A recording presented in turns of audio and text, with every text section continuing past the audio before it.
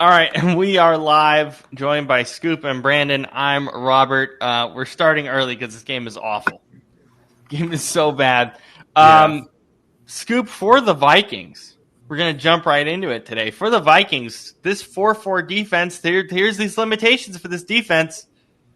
You leave receivers open down the field against a good team that is, all about getting receivers open down the field. It's case in point. Yeah. It. You would have thought that they had. I mean, again, they had a coaching staff that kind of came apart over the last couple of years. Some guys got fired, some guys moved elsewhere, et cetera, et cetera. Minnesota, a team that I won't mention, gave you a blueprint on how to beat Minnesota on Sunday with this quarterback and these players. And it looks like they didn't even bother looking at it because why are you struggling like this? I again, Carson Wentz, we know his best days are behind him. His best days are long gone, but he's still talented enough to be doing better than this. And then when you start hearing about Max Brosmer potentially is going to be coming in, Well, he's not, thankfully. right? But I'm just saying, even when you start hearing that, hello, that he's going to potentially be coming in, it's not a pretty scene, particularly when you were expected to be one of the better teams in the National Football Conference.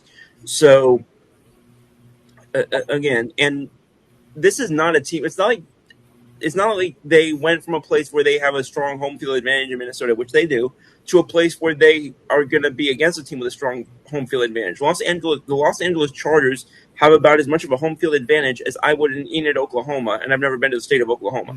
So I don't really know, and again, LA themselves has gotten shifted up a little bit.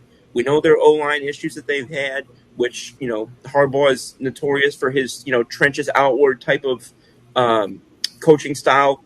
But then we saw Justin Herbert, again, shows more examples tonight of why I don't look at him as this sort of prototypical, this is what a quarterback should be in every capacity that other people still seem to believe in one thing or another.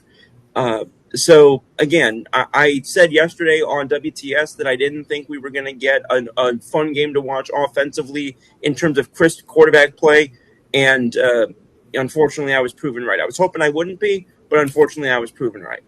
I mean, at the end of the day, it's still a blowout for the Chargers. But yeah, I don't think there's much we can take away from the Chargers, Brandon. As for the Vikings, this defense looks rough against, again, a pretty vertical pass offense. And then offensively, it just looks beyond dead at this point compared to what we've seen in the past few weeks. But even then, this feels like a more realistic expectation to what Minnesota is than, past weeks that we've seen. Yeah, it just eventually you're asking the defense to do a lot, but what's funny about it is when Carson Wentz first took over from Minnesota, the defense was still playing really well. I think the defense now is just getting exposed. So again, the vertical passing offense for the Chargers, yeah, as Scoop said, it's not been perfect, but it doesn't have to be perfect against Minnesota. Yeah, it really doesn't. When I look at Minnesota at this point, I mean, honestly, if you the way you beat them, it's like certain defenses have a certain way of playing. The way to beat like the Steelers defense is to run just like quick passes and slants all day long, and that's how they got beat by Flacco, pretty much. And then you look at like how to beat Minnesota. Well, Minnesota is just they're susceptible to the deep shot. So if you throw anything, not even deep shot, anything pretty much intermediate, like anything about 15, 20 yards or more, you've got them beat. So they're good pretty much those first 10 yards. Anything else outside of that, they're not a good defense. And when you play such a heavy style that's geared up to stop the run, like with that 4-4 style, you're pretty much like it's a heavy box more or less. So when you've got that kind of style that's basically more geared up to stop the run, and you're not really facing a great running game in the Chargers. You're facing a gunslinging quarterback in Justin Herbert. So it's like, what did you think was going to happen? Especially when they've got McConkey, Allen, Johnston. They have they have three pretty good receivers for a wide receiver core. Even if they're some of them are older, have quite a question mark. It's still a decent wide receiver core. So I expect them to kind of get burnt a little bit tonight. That's what's happening. I mean, Herbert hasn't had to play perfect. I mean, he's had a couple moments tonight where I'm like, where the hell are you throwing that football? But this is kind of just like a nothing burger for a struggling Chargers team. This could be their get right game, I guess. But I didn't learn anything about them from this game. Like even if they score, even if they were to score 2 more touchdowns and get close to 40 points, I still don't think I would care. And right there you go, bad pick by Justin Herbert. Terrible throw, by the way. It got tipped, but that was still bad. What else is new? This is why I keep saying when people are like, "Oh, Justin Herbert is a top 10 guy," I'm like, at this point, he's got to be in Madden, maybe. Like at this point, if he is top 10, he is pretty much at the very bottom of that list. He's maybe 10th. He's probably 10th. 10th or 12th. Yeah. Honestly, Daniel Jones is playing better than him this year, and that's saying something. Yeah, but you know what it is too. It's like what I don't understand also with what Harbaugh is a run heavy head coach. So I don't quite understand why. I know tonight they have to throw the ball more because Minnesota's defense is good at stopping the run, but they're also ran the ball okay with Vidal when they've given him the ball. I mean, a lot of inside zones, but the thing is, it's not consistent. Like they're still asking Justin Herbert to do a lot, and they're trying to stretch the field on this defense tonight. Like with last week, Minnesota where they struggled was the deep bomb and they stopped the run in Philadelphia. But I don't think you can ask Justin Herbert, a gunslinging quarterback, to throw this much in a game or for some reason a lot of the Chargers routes tonight. I mean, they're scoring, but a lot of these plays seem like they're long developing plays. These aren't like deep shots where it's 25 yards down the field where it's like a play action and then it's a quick throw off a play action. This is and long developing plays is a weird choice to go when you're that banged up in the middle. Yeah, that's why I'm trying to figure out right now why. Because honestly, now with the Vikings being so close, I mean, I don't think they're even if they score a touchdown, I still don't think the game matters. But for them, they make this a 2-score game with a touchdown here, and they're already inside the red zone. So it's already 1st and goal. So I don't know what, why. I don't understand why on that drive to start the drive for the Chargers, they're choosing to throw the ball and to have Justin Herbert basically try to throw back across the field. Every time I've ever seen Justin Herbert try to throw back across the field, it's a pick. So I don't understand why it keeps happening. But why are they letting that play go? That's clearly not a fumble. I don't know why they're letting this play go. But he was down. This game is such a nothing burger for me because I think at this point I don't think JJ McCarthy could save this, and I don't think no, and I don't think that defense is as good. I mean, they're getting exposed now between last week and what the Chargers are kind of doing in this game. I don't think that they're as great as people might have thought they were defensively. And I don't think that they're. I still think they're a good defense, but I don't think they're as good as people think they are. And then offensively, it doesn't. To me, I said this season it didn't matter if Carson Wentz started or JJ McCarthy. I don't like either quarterback, so I don't think they're any good. Minnesota's like every year we have those teams right where we say, oh, we're done with these guys or whatever. Like I've been done with Minnesota since the start of the season. I do not care one lick about the Minnesota Vikings, and with the Chargers. This is exactly what Chargers. This is what Chargers football is. Like I'm learning nothing by either team. And it feels like this has been what Chargers football has been. Even that's not even good wording. But before Harbaugh even came, like it's not like there's been much natural growth that we were kind of hoping for. No. I'm pretty sure. I'm pretty sure. I remember talking about that in a recent show. Again, I don't remember if it was here or WTS, but again, like this was. We saw this going back to Staley. I think you talked about this a couple of I weeks blank ago. on the name. Yeah. We saw this going back to Brandon Staley. We saw this going back to Anthony Lynn. Shucks, we saw this. Some of this I remember seeing going back to Mike McCoy, who's now coaching again for the Tennessee Titans somehow. It's an interim role. I'll take that. It's fine. But it's just so bizarre to me to see these regimes from at least from a football standpoint, if not a business standpoint, wiped out and completely restocked. I don't know. I don't know what the word would be there, but Redone, like kind of. all new people put in, and it's as if it's just the same wolves in different clothes. Yeah, pretty much. I mean, Brandon, we talk about the Chargers charging. This is, I mean, it's not this game in particular, but it's just the same team every year. I mean, yeah. I mean, there's still elements of them charging. I mean, look at the Justin Herbert pick. Right there in that situation. That's brutal. Like, this is why I've said for years, like, hey, maybe Justin Herbert would be nice if he had help. But Justin Herbert does actually have help this year, and he's still a gunslinging, kind of. The stats say he's good, but the eye test says he's mid. And that's from somebody that liked him in college. Being a Ducks fan, obviously. So I just don't.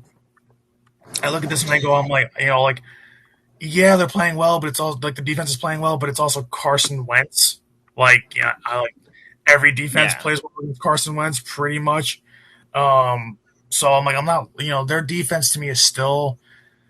It's funny because the Chargers, Harbaugh, I really thought when he came in, especially given what they did last year, and now it seems like they had turned things around. Now it seems like they're just like they're falling back into that charging thing where it's like they're just playing mediocre football, and it's not exciting to watch. Like you're still waiting for them to screw up in games, which they still do. Like even at the start of the season when everybody was praising them for being 3-1, whatever it was, and then everybody's like, "Oh, they look good." I'm like, "Yeah, for the first month they look good, but that's not saying much." The teams they've played are just trying to figure out, an extended preseason period, pretty much. So, now that teams have kind of started to adjust, now we're seeing what the Chargers really are, and it's a lot of the same that we've seen the last 15-ish years. Yeah. Scoop, do you have any final thoughts on this game? I mean, we'll keep watching it here as we go into the second half, but honestly, there's other more interesting stuff around the world of sports that we can get to during this time. But do you have anything more to add? Not a damn thing. Yeah, we'll keep an eye on the second half for you as we go along. If you see us looking over, that's us watching it. But Yep. So I know you guys talk about this on What's the Scoop, but I'm looking forward to hearing your guys' thoughts, particularly as it pertains to what this means for the NFL to some extent, because it is sort of interesting to kind of see what it could potentially be, if it could be more wider reaching, whatever. So we could dive into that piece. Again, we don't know at this point. But Chauncey Billups. Okay. I was wondering. I didn't know where you were wondering where I was going to go. No, but Chauncey Billups indicted for a illegal poker rig scheme with the mafia, which is something I do you guys know of any active mafias in America? Apparently, there's like 5 of them. Yeah, I know of the 5 families. And no, I don't have any connection to them that I know of. Not that we would. No, but wait, who are these 5 families? That was my first thing. I was like, who are these people? Well, there's the Gambinos. Let me know when you want me to jump in. No, I'm just trying to think. I mean, well, wait a minute. Was the Sopranos made up, or is that's an actual family, isn't it? The 5 families that have been we're talking about the New York City families that have kind of been the dominant ones in the Italian American mafia. So that would be the Genovese families, the Gambino families, the Lucchese family, the Bonanno family, and the Colombo family. Okay, yeah, there we go. Okay, so I did not know about this because when I think of mafia, I think of the mafia video games. To the first two I've played and they're amazing. You should play them. If you want anything to do with Mafia, just play those video games. You get your fill. Everything else is not worth your time. But although I will say, there's a former Mafia boss who now does YouTube videos. His name's escaping me right now. But if yes, you can, I know who you're talking about. Yes, but if you can find him, I it. love his videos. Oh yeah. I don't remember the name. It's also escaping me. But Here, yes, I'm gonna look him up right now while you're talking. Yeah, so there's that, and then there's Terry Rozier basically saying, "Hey, telling his co-conspirators, hey, I'm faking an injury." Yes, Scoop. Michael Francesi. Yes, thank you. And then for basically saying, "Hey, I'm gonna be injured, or I'm gonna fake an injury, take my under," and it was flagged, by the way, by Vegas.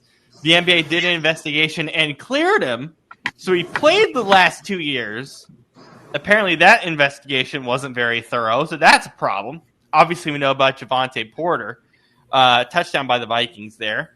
But yikes, guys. I mean, this is an active NBA player. This is an active NBA head coach. Two separate but obviously kind of attached things as well as... Yeah, they said that these were separate investigations, but they were not unrelated. Yeah, and then I believe it was, I hope I'm saying the name right, Damian Jones of the Lakers basically saying, hey, LeBron's not playing, AD's not playing, whatever. Also, there are rumors that Chauncey Billups also said something about Damian Lillard not playing. Obviously, the Trailblazers do tank in March in most cases, but either way, they are similar. What do you guys make of this? What was your initial reaction? And then also, just what do you guys think it means for sports leagues in general? Who knows how wide-reaching? Again, we're not going to speculate because we don't know. But who knows how wide-reaching this could get? Brandon, what are your overall thoughts? When we talked about it on WTS, we said, or pretty much what I had said was, it's there's got to be some way to stop this because it's growing like a wildfire across sports, where it's like, the analogy I made was that wildfire, saying like, hey, if you spark a match and throw it on a tree, all of a sudden, bang bang, like down the road, they're all going to light up, and it's going to be a massive issue.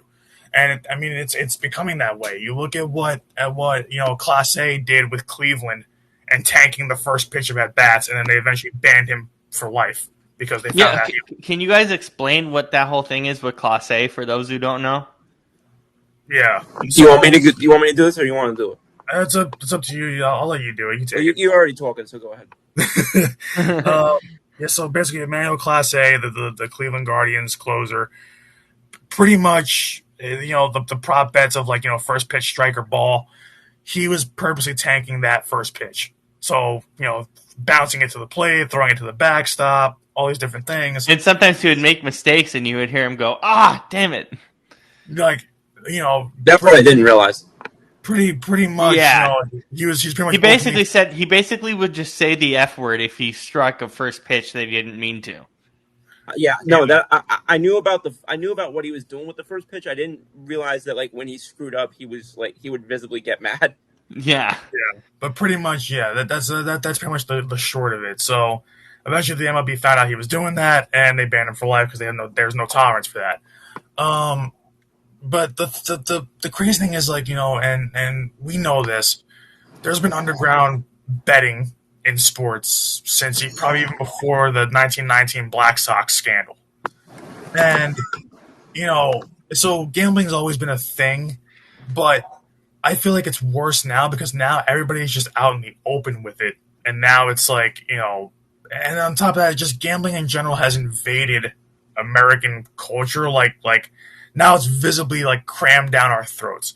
We're getting, ads every 5 minutes, not even every 5 seconds. From sports leagues partnering with these partners, these legal partners. But then there's also still offshore stuff, which that's still a thing. Yeah, and they're pausing game action for 15 seconds to show you a commercial for betting. It's why? I want to watch the game. I don't want to bet on it right now. Not everybody that watches the game wants to bet. like it is such a. And I said this back when they first legalized, sports betting, and made it a big, kind of open thing. Was I said this? I said it back then. It's a slippery slope for sports because now you really can't regulate it. Like before, you found guys betting under the table, you could pretty much, ban them for the game. But now there's so many guys I think that do it that we don't know about. That it's like, this is the tip of the iceberg. I think there's way more guys that you could find across these leagues that are doing it, and it's a bad look for the people that say sports, or it's you're almost proving the people that say sports is rigged right, because it's making sports look worse now as a whole, and I I wish there was some sort of way that they could put an end to it. I just don't think they ever will. I think now that it's started, I think it won't. It's not going to stop. But at some point, what I don't understand too is like, yes, greed is like one of the seven deadly sins, and we talk about the rich getting richer, but it's like what does someone like Terry Rozier have to gain from he's making $26 million, what for his contract? What the hell do you have to gain from making an extra like 50,000 on it? What do you really have to gain from that? Like you're making so much money. You're jeopardizing your career. You're jeopardizing any future money you may make, and now you're basically being blacklisted now as the guy. Hey, the guy that bet on that purposely tanked to ruin his own career. So no one's gonna want to work with you because you're also untrustworthy now. So there's nothing. May I also add, because this is another piece that I just thought about now. November 1st, NCAA is allowing players and coaches to start betting on November 1st. I didn't even know that. That's also getting added into this as well. This is really gonna get out of hand. It already is. Like there's got to be a stop to this because this is only going to get worse. It feels like now at this point because when it first started happening, when we had the whole sports sports betting thing happening, like you heard maybe one guy got popped here and then another guy in another sport like 2 years later got popped there. It's like no, now it's happening every year. Pretty soon it's going to start happening every couple and months. And now it's reached two new levels because we got coaches getting involved, and we got the mafia getting involved.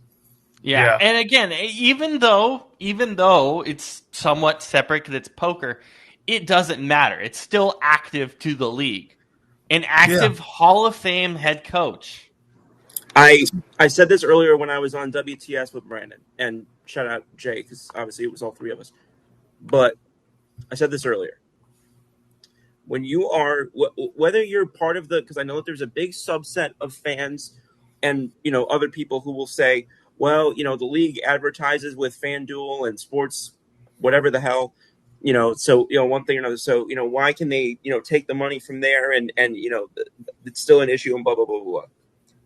And I said it before. So Brandon's going to hear me say this for the second time tonight. But when you agree to take money from the NBA and to play professional basketball, to make millions of dollars a year, to play 81 games in basketball, and if your team's good enough, more than that, you are agreeing to forfeit the rights of certain things, or the so-called rights of certain things, or the ability to do certain things that the so-called average American can do.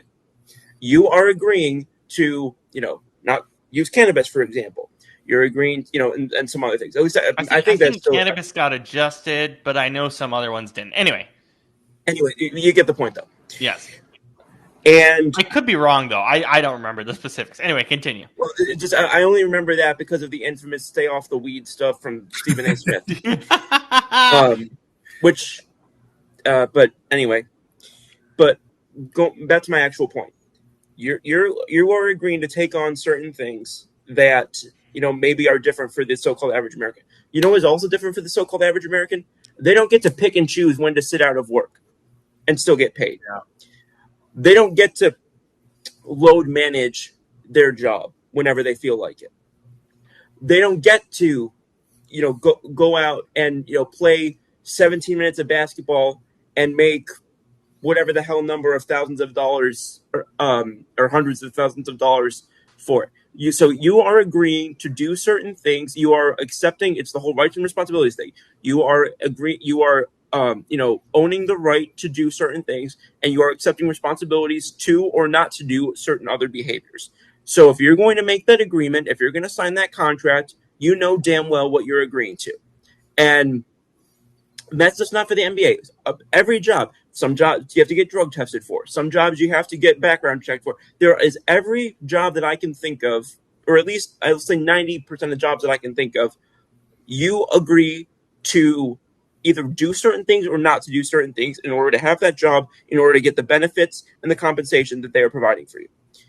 As such, it is different when the league wants to promote engagement with the league and engagement with the players and engagement with the games by promoting these betting things for fans on television or wherever. It is different in that regard than a player at night or in the off season or even during, who knows, maybe even during halftime while sitting God knows where, being able to go online and actively either bet on the game that you're playing or on a game that's actively going on, whether you're betting for them or against them, whatever. I don't see how this is such the nuance here that is being missed in so many arguments that I'm hearing is driving me freaking nuts. Because no, it is not the same thing if you are an active NBA player making $60 million, which I'm sorry, the fact that the number of players that are making that much money that are not star players is insane. But anyway, the number of players who are making that level of money and are complaining about the fact that, or moreover, are having middle and working class people on their behalf complaining about the fact that they have to withhold from betting, or they have to abstain from betting, or whatever the case may be. It's a rule that you agreed to. It's a rule that they imposed for valid and legitimate reasons. You want to do it, retire, or stay a free agent until you stop doing whatever you're doing. But the fact that even as a free agent, you're subject to these laws. So do that again. Even if you're a free agent, you're subject to these laws because you're part of the PA. Okay. Well then, I guess retire. I don't know. But my point being is while you are employed and while you're getting that contract and while you're doing these things, you made an agreement, and that to me is the be all end all. I don't understand. It's different for me when I hear things about like certain substances or one thing or another, because there are certain legitimate reasons that I think players utilize these things for that just goes beyond recreation. But when it comes to something like this, no, I'm sorry. You can't tell me that you wanted to make a little extra money, because a little extra money for you is a full year's salary to a lot of people. Yeah, I hear that. I'm very curious on how this is going to develop, because it's not dissimilar to players betting on their own games, but it is in the sense that like they're actually like giving out sensitive information to people who are. Scoop, you hit your laptop again. What's our count on that? Every freaking time. I don't know, because Brandon's been too focused on the count of times that I've mispronounced player names.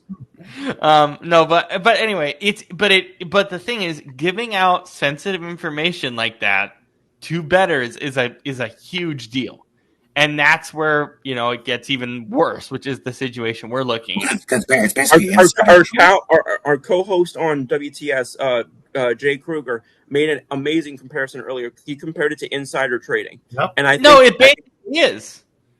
Pardon? It basically is.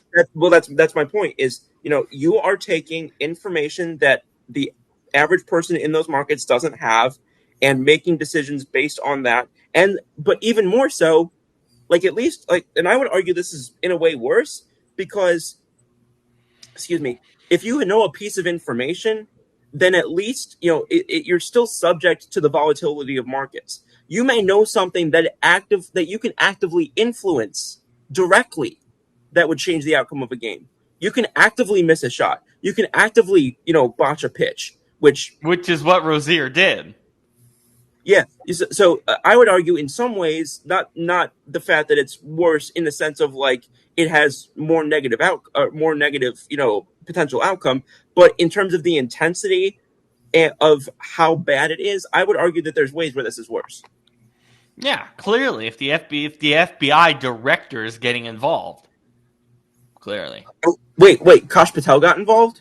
Yep. Yeah, he was Yeah, the yeah. main guy who did the press conference. I didn't. Somehow I didn't see that. I apologize. No, Yep. that's okay. He literally did the press conference. So this was years long of So them trying to figure this everything out. I saw was written. Everything I saw was written. I didn't see the presser itself. Oh, What I don't get is like the NBA, like, and not just NBA, but there are so many times across all sports where there's so much damning evidence on these players of any crimes they commit. that's the issue with the Terry Rozier thing. They literally cleared him.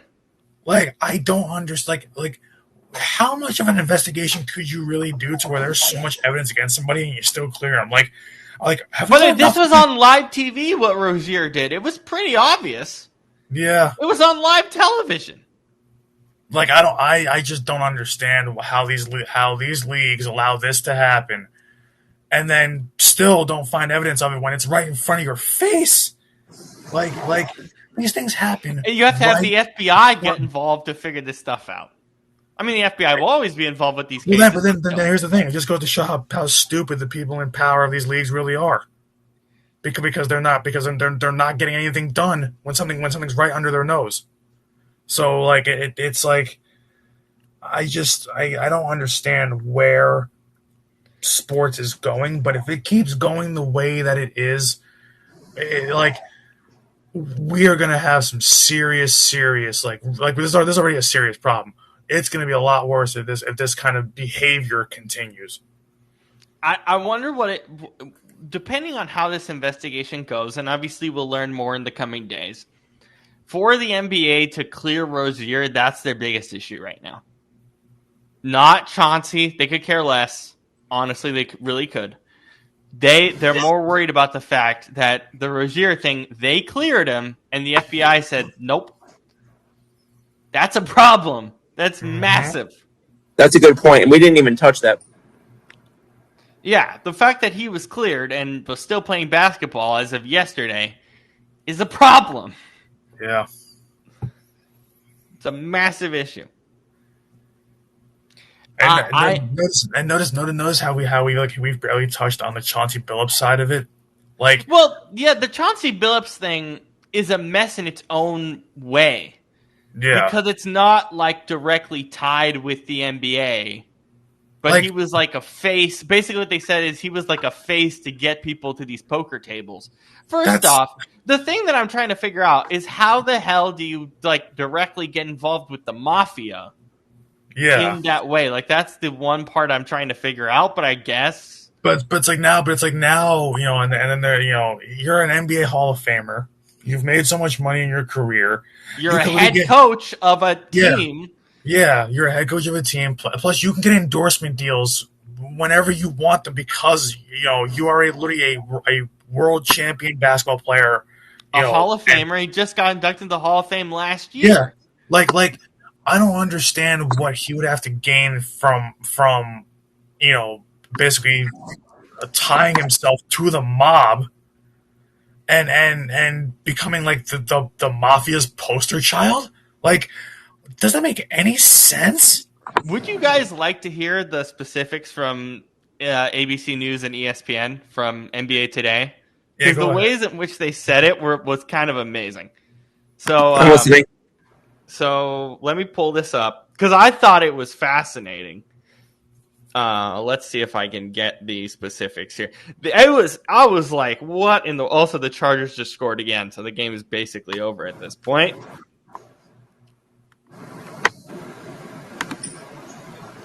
See if I can. So that's just the NBA saying, "Oh, this is our top priority." Just basic speak, whatever. Remains our top priority. Now joining NBA Today, ABC News Chief Investigative Correspondent Aaron Katursky. Aaron, thank you so much for joining us. What more can you tell us about these separate but related cases? Yeah, Sinead, these are two distinct criminal indictments, both of them involving gambling, and one of them specifically involving the mafia. 4 of the 5 organized crime families, according to federal prosecutors in Brooklyn who announced these cases today. In one case, Terry Rozier is accused of faking an injury while he was playing for the Charlotte Hornets in 2023. But before he did, he tipped off, according to federal prosecutors, gamblers who used that non-public information to make $200,000 worth of wagers on places like DraftKings or FanDuel or some other sports book. There's another example that federal prosecutors outlined in which Damon Jones, who was associated with the Cleveland Cavaliers and the LA Lakers, he used his relationship with LeBron James to tip off some gamblers, according to the indictment, that James was not going to be playing in an upcoming game that the Lakers went on to lose. And again, sports bettors were able to use that non-public information to make tens of thousands of dollars worth of illegal bets. The other case involves rigged poker games here in Manhattan, in Miami, in Las Vegas, in the Hamptons, where Chauncey Billups and Damon Jones were used as what the mafia called face cards, using their celebrity to lure unsuspecting high rollers to poker tables that were rigged with X-ray machines and special glasses that could see the cards the other players were holding. Prosecutors describing this unusual intersection of professional basketball and the mafia.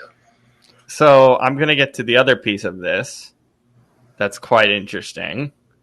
See, I'm going to get to what this is. And in at least one instance, they got their information. You heard the U.S. Attorney for the Eastern District of New York, Joan Osella, there, Sinead, say the name Shante Porter. It's that case that really was the origin story of the illegal sports betting indictment that was announced today. And it appears that either he or others associated with that case may have given the authorities some information about some of the people that were charged today. In the other case, the illegal poker that Chauncey Billups and Damon Jones were caught up in, according to the indictment. That case started with the FBI's organized crime squad. They were investigating mob-linked illegal poker rooms in all sorts of locations. Anyway, so basically, the other piece of this that's important is that the people that Chauncey Billups was defrauding, they're called fish, according to the mob. Yeah. So there you go. That's like the gist of it. But I think this Chauncey Billups thing is, as Brian Windhorst said earlier on ESPN, this looks like a movie. This is insane.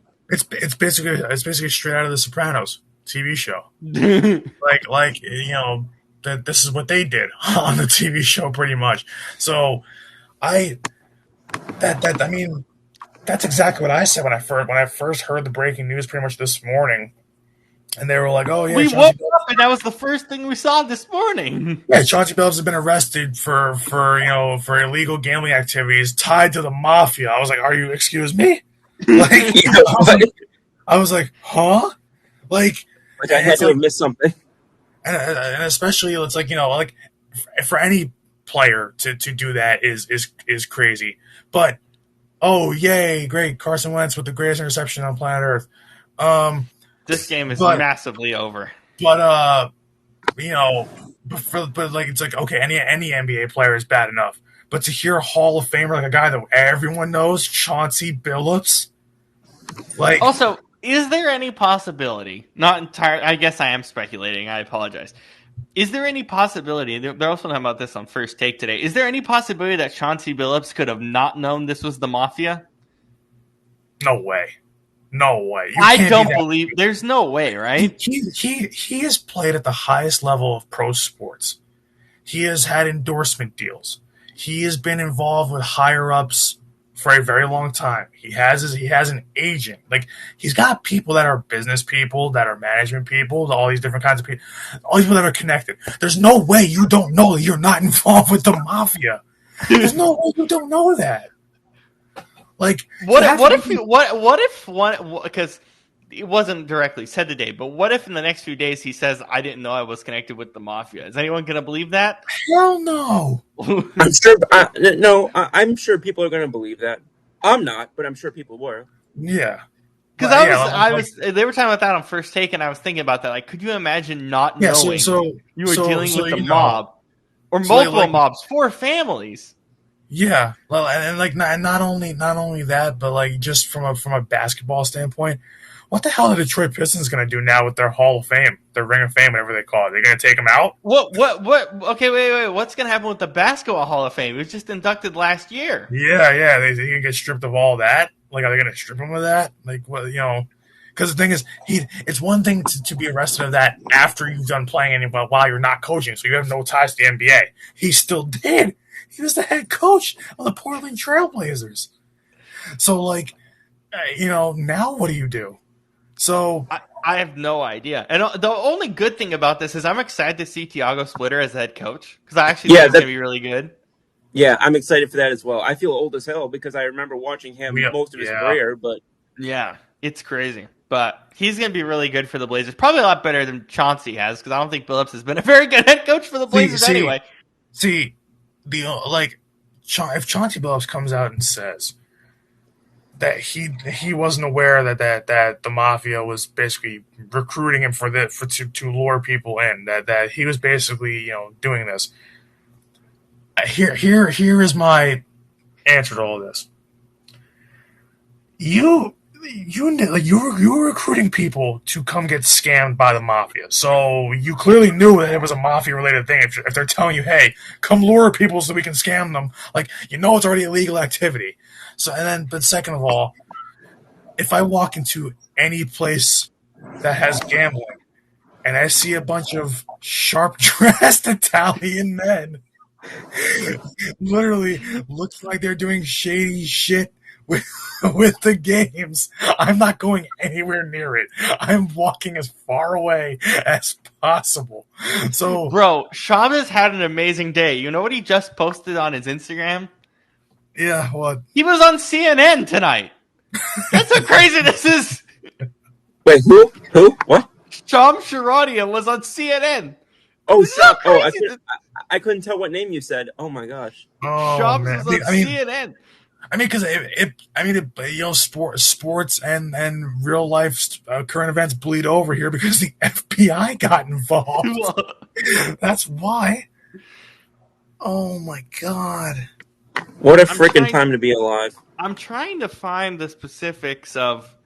This is why I would love to be a sports insider. Could you imagine though? Like they both Rozier and Billups got arrested at 6:00 this morning, right? At their specific local times, by the way. Like, could you imagine like being an insider and waking up at like 2, 3, 4 in the morning and getting a breaking news of something like this? I would stare at my phone like this. I'd be like, holy shit!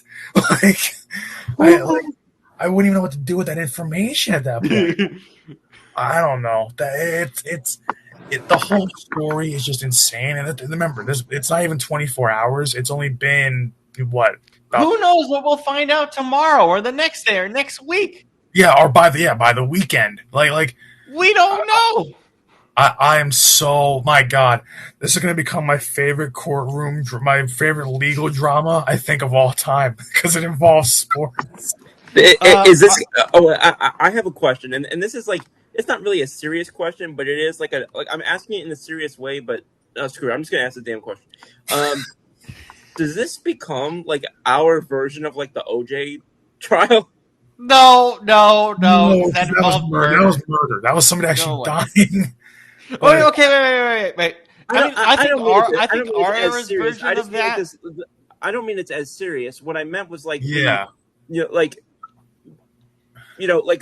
the thing of the decade that like everybody will be like, do you remember where you were when this happened, type of thing. So the gambling thing, who was the NBA ref who did all the gambling stuff back in the early 90s and 2000s? I forgot the name. Yeah. Anyway, that's also like part of the history here. But I think the closest to OJ is actually Aaron Hernandez. unfortunately. Yeah. Yeah, unfortunately. Yeah, no, and let me just be 100% clear. I did not mean to equivalate homicide to No, gambling. no way. Okay, do you guys want to hear what Chauncey Billups' attorney said? Did you guys Yeah, see this? I read it. I read it to Scoop in the chat. Yeah, but let's hear it again. This is Chris Hayward, attorney for Billups. Anyone who knows Chauncey knows he's a man of integrity. Man of integrity do not cheat and defraud others. To believe what Billups did, what the federal government is accusing him of, is to believe that he would risk his Hall of Fame legacy, reputation, and freedom. He would not jeopardize those things for anything, let alone a card game. Furthermore, Billups has never and would never gamble on basketball games and provide information to the rest of or sacrifice the rest of the team in his league, as it would tarnish the game and as he devoted his life to. Billups has never backed down. He does not plan to do so. He will fight these allegations with the same intensity that marked his 28 career. We look forward to our day in court. And basically what happened, Rozier basically said the same thing. He'll fight the allegations. I don't know how you're supposed to fight these, but I don't know. I mean, like, people, see when we talk about like, sports like crime stuff, it's like true crime is like OJ and Aaron Hernandez. When I'm talking about like legal drama, like procedure, this is what I mean. I'm saying like this is like my favorite legal drama thing going on right now, because it's like it's so big that it actually went beyond sports, that the FBI had to step in. We have to talk about it on a football show. Like when the FBI steps in on something, you know that it's insanity. So, like, the fact that they step in on the NBA pretty much is Also, when was the last time any non-Italian from the Northeast talked about any of the five families? I don't even, bro. The only way I know how to get attached to the mafia is by playing a mafia video game. I don't need, like, how the frick do we even begin to get involved with the mafia? I don't even understand it. There's no way. Like, I can't wrap my head around it. If he actually Me comes, either. Like, especially like knowing the process that like you have to go through to. Well, let me rephrase that, because that was probably going to get very concerning. But being aware of the process that you have to go through in order to even remotely become, even on the most distant level, affiliated with organized things like that. Organized crime. Yeah, just hearing from people like Michael Francesi and whatnot, the intensity and the intentionality with which you have to go The about violence. Just the level of pursuit you have to go about getting involved in that life. You mean to tell me that he just accidentally? I've never heard of anybody accidentally ending up with the mafia. I'm just wondering if that will be his excuse. Which would be amazing. It may be the dumbest thing I've ever heard.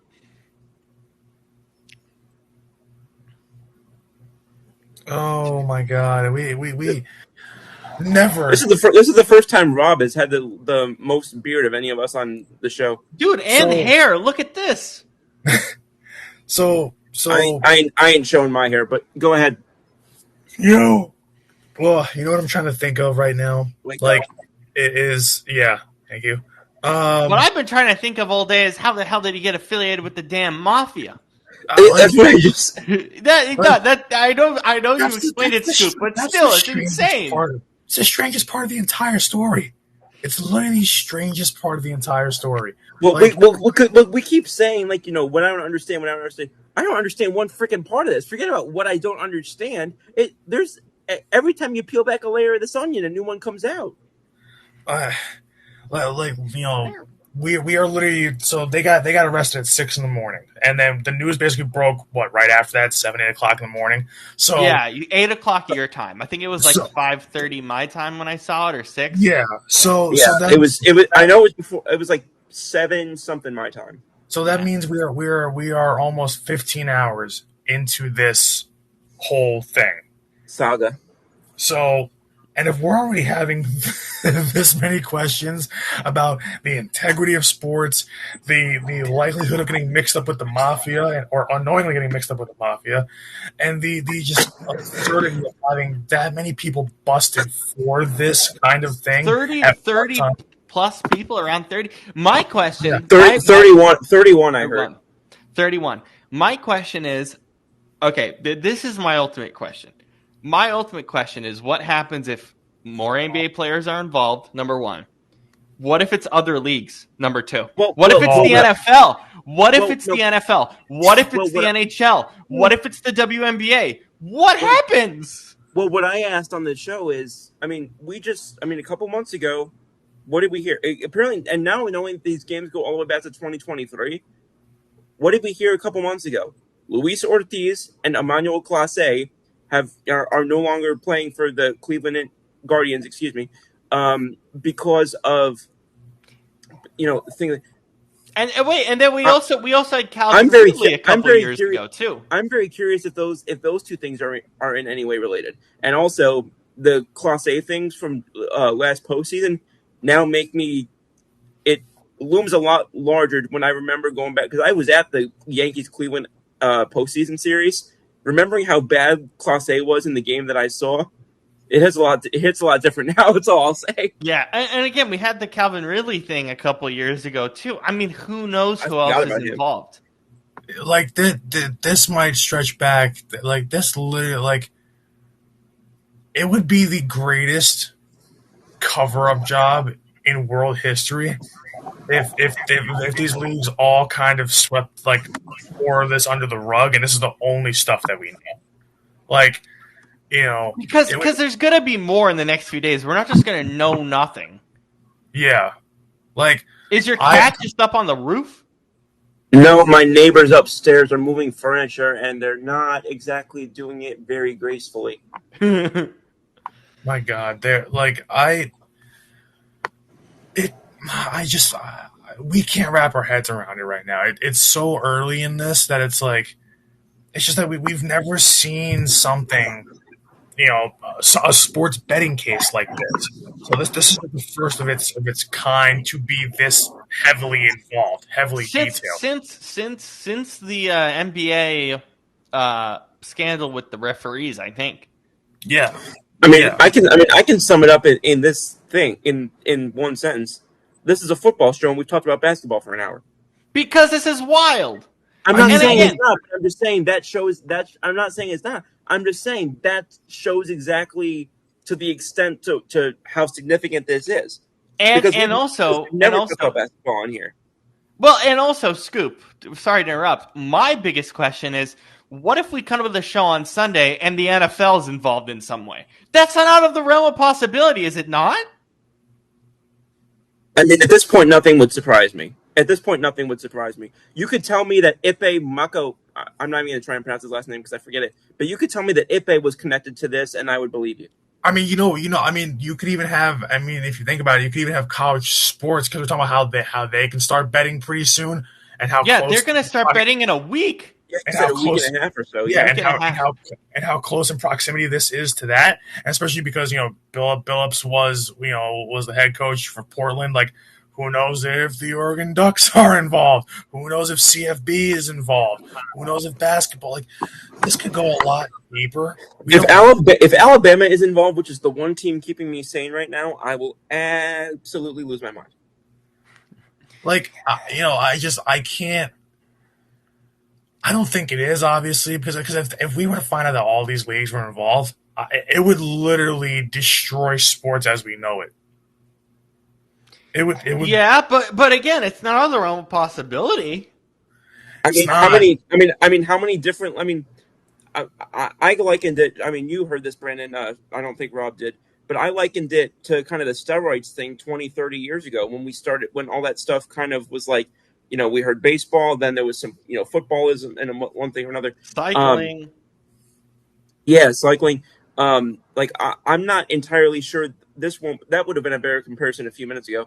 I'm not entirely sure this doesn't become like this, the sort of the steroids version of our sports era. And, but even more so because it's it's the same for every the same things are accessible for every league. You know what I mean? It's not like in certain leagues, you're more apt to take stimulants, and in certain leagues you're more apt to take testosterone or whatever. The same platforms in the same manner are available ubiquitously and the same exact way to every league. Yeah. Well, see the way I think about it is like with the only difference I think with the steroids versus this is steroids was like they figured out how to police it like pretty quick once it really blew up.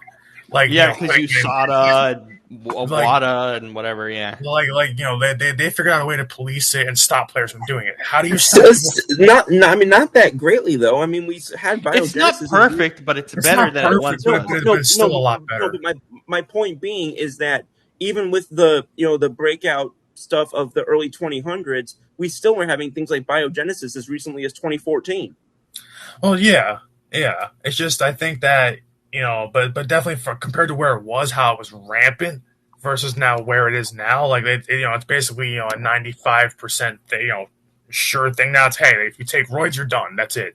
Like, and then it comes out that when these guys do roids, they are popped immediately, pretty much, and done. So like, it's with this though. How do you I can't think of a way to actually police this. Because this isn't Why do you think the FBI is involved? Yeah, like the FBI didn't get involved really in steroids heavily. With the case, yeah, they did with the Balco thing, but the only way I can come up with it is have there be one type of cell phone, and have it be distributed through the league to each player. But even that, I mean, you can still obviously use laptops and such. So even that's not a great idea. But I mean, it's the only thing that I can even begin to think of. It's like when you're testing for steroids, you're testing for, it's in someone's body. It's easy to find out. Yeah, you're testing either their blood or their piss or whatever. But it's how can you actually go through and make sure that guys aren't sports betting or it's weird. Or don't have co-conspirators telling them hey, do this, do that. Well, wait, hang on. I have to think for a second. When you sign up for FanDuel or when you sign up, because I can't do it here, it's not legal in Mississippi. I can't do it either, by the way. I did. My question being is, when you're signing up for something like that, do you have to connect your SSN or no? I would assume not. Because my question is, if you have to connect your SSN, how do they take so long to figure it out? I can't remember. I don't remember if they did ask me that, but they did. They ask you for obviously your name, your number, your email. They ask you for. I'm gonna Google it. Hang on. But here's the thing. Even if they don't directly sign up for it, right? Which I mean, obviously, if you're an NBA player, you can bet on NFL, whatever, LeBron. Well, you have to link your bank account, obviously, because you have to be able to send and withdraw funds. But what I'm saying is, you can do what Terry Rozier did. Just tell somebody, "Hey, I'm doing this," and they don't even have to sign up for it. I hadn't thought of that. Which is what happened with Rozier. Yeah, that's why it's hard to police this thing, because steroids you can police it. This I don't know how you can. Yeah, because it's entirely you. It's not it's your body and nothing else. It's not. Yeah, you can tell other people, hey, make this account, do this, do that. I have this information. Which is basically what happened. Yeah, I'm kind of just rattling things off as they come to my mind. Yeah. All right. Well, we'll see what happens with this in the coming days. Is the Chargers game still a nasty blowout at this point? Yep. I turned it off. 24-point game, and Carson Wentz is basically dead because he's been nursing that arm injury pretty much for 3 quarters, and his arm is he is so unbelievably distraught on the sideline that he literally looks like he doesn't want to play football anymore. Yeah, it's actually bad. It's 34-10 with 5 minutes left. Okay, Scoop, what's your baseball rant? Okay, so I think back to a couple years ago, and I remember in 2023 we were watching. We watched the postseason. Everybody had just seen Houston in 2022 finally win their ring. That there was no argument over the fact that they were just the World Series winning team of that year. There was nothing that you could dispute about that. Nothing you could split hairs over. And then 2023, we went through the postseason, and the Rangers just started to look more and more like a team of destiny in one thing or another. And I was hearing people, usually more sort of like casual baseball fans or casual sports fans, but a good number of people say, "Oh, it's so great to see new teams. It's so great to see, you know, the underdogs and the smaller markets and one thing or another." Even though I don't know who's looking at Phoenix or Dallas as a small market, but that's beside the point. And we saw the Diamondbacks go against the Rangers, and it was one of the worst rated, watched World Series and sports championships in modern history. So we have that. And then we get to 2025. And I've watched not every postseason game, obviously, because I'm a human who can only be at one place at one time. I am not Clark Kent. But I'm able to watch. And I will say this, fully will say it even about my Yankees. I kept watching games. And whether it was the Yankees, the Red Sox, the Blue Jays, a National League team, I'm watching and I'm waiting. I'm thinking to myself, can any of y'all look like you belong on a World Series stage, let alone to win a series like that? Because honestly, we've talked about this for the past couple of weeks that none of these teams are really I'm going somewhere with it. Because in 2024, you had the Dodgers. Even though we basically handed them that ring on a silver platter, they definitely looked at least some part of a World Series team. 2022 Astros definitely did. 2019 Nationals, I would say, did. 2021 Braves, I would say, did. At least at some point. And I was wondering when that was going to happen. And then Friday comes. And we see Shohei freaking Ohtani put down one of the best, if not the best, games of all time on a baseball field. And I'm looking and I'm thinking to myself, finally, that is somebody that I want to see in a World Series game or series again. And I'll like it even more this time because it ain't going to be against New York.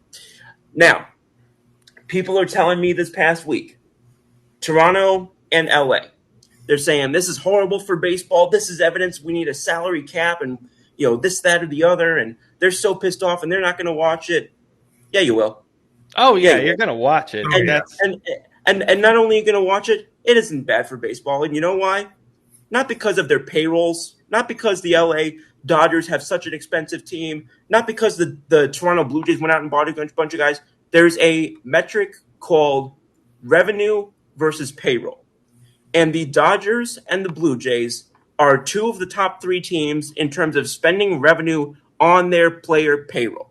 The only team out in the top three that's not in the World Series is the Mets, and the Mets have a lot more problems than that.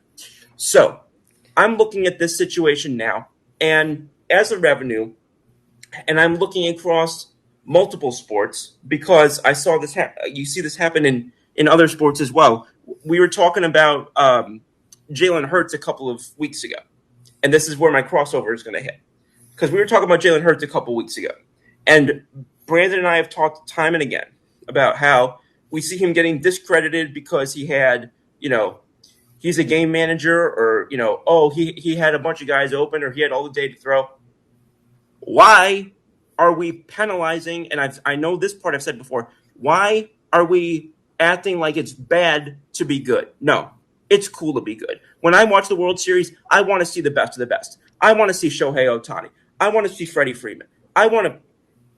One day I want to see Aaron frickin' Judge. I wanted to see Mike Trout. I wanted to see Shohei back when he was on the other side of Los Angeles. I want to see the best of the best be in my championships. And if Jalen Hurts is out there playing well and Jalen Hurts is out there, you know, great. I'm glad that he's a great player is with other great players. I'm so damn sick and tired of us treating sports like what's most important is how well we can bring down the level of greatness. Because you know what? We see these playoff expansions, and what do we see? Less impressive, less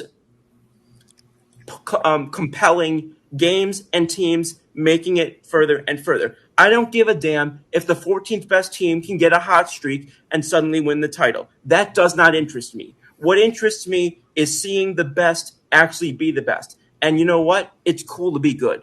It's always been cool to be good. It's cool to be really good. And it's cool to watch really good go up against other really good. And I'm so damn sick and tired of this discourse in baseball, in just pro sports the last 10 years, where it's most important to bring down the ones who are at the top so that it's more fair for the one. No, you know what? Because no, and you keep telling me these owners can't compete with guys with these bigger spending owners. Well, you know what?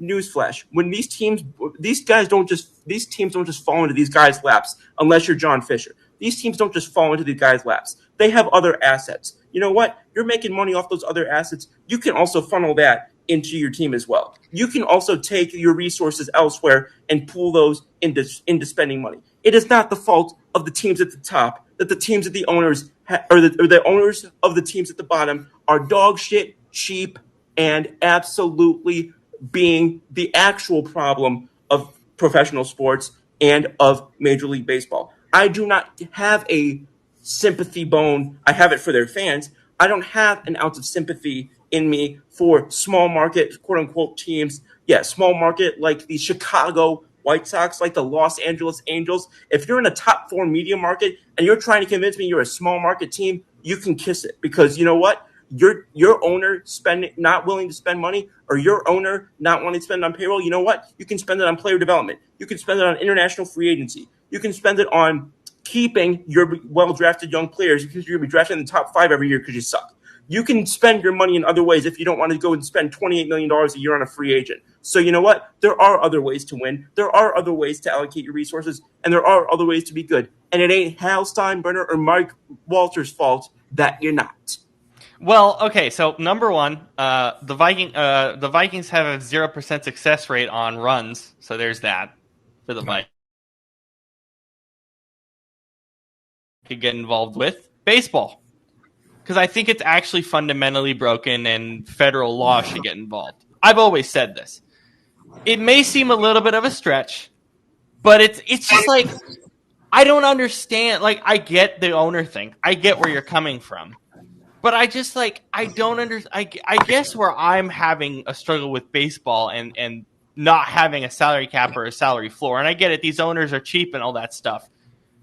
There's basically what's happening with baseball is that there's simply no competitive balance. Like, I'll be real. As someone who tried to watch a lot of baseball, I couldn't, because half the league isn't interesting. More than half the league isn't interesting. And that's a massive problem for people trying to get involved in baseball. Now, I do hear points. The issue I'm having, though, is like, a lot of it is bad ownership at the bottom. I hear that. A lot of it is that. I just don't understand what's the harm in a salary cap and salary floor for baseball. What's the harm in it?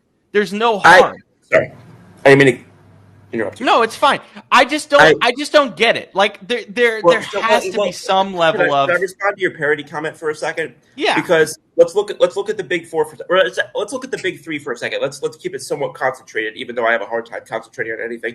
Let's keep it somewhat concentrated. The National Football League recently has seen teams like the Kansas City Chiefs and has seen teams like the New England Patriots either win back-to-back or at least go back-to-back. And in some cases, more than that. The NBA has seen teams like the Warriors, before that the Lakers. They've seen teams like the Spurs. They've seen these teams become not dynastic per se, but win multiple in a short period of time. The MLB is the one that hasn't had a repeat winner since the late 90s into 2000. So again, if the Dodgers do it, they'll be the first one in 2.5 decades. So I still have an issue with the parity thing, because for a league that doesn't have the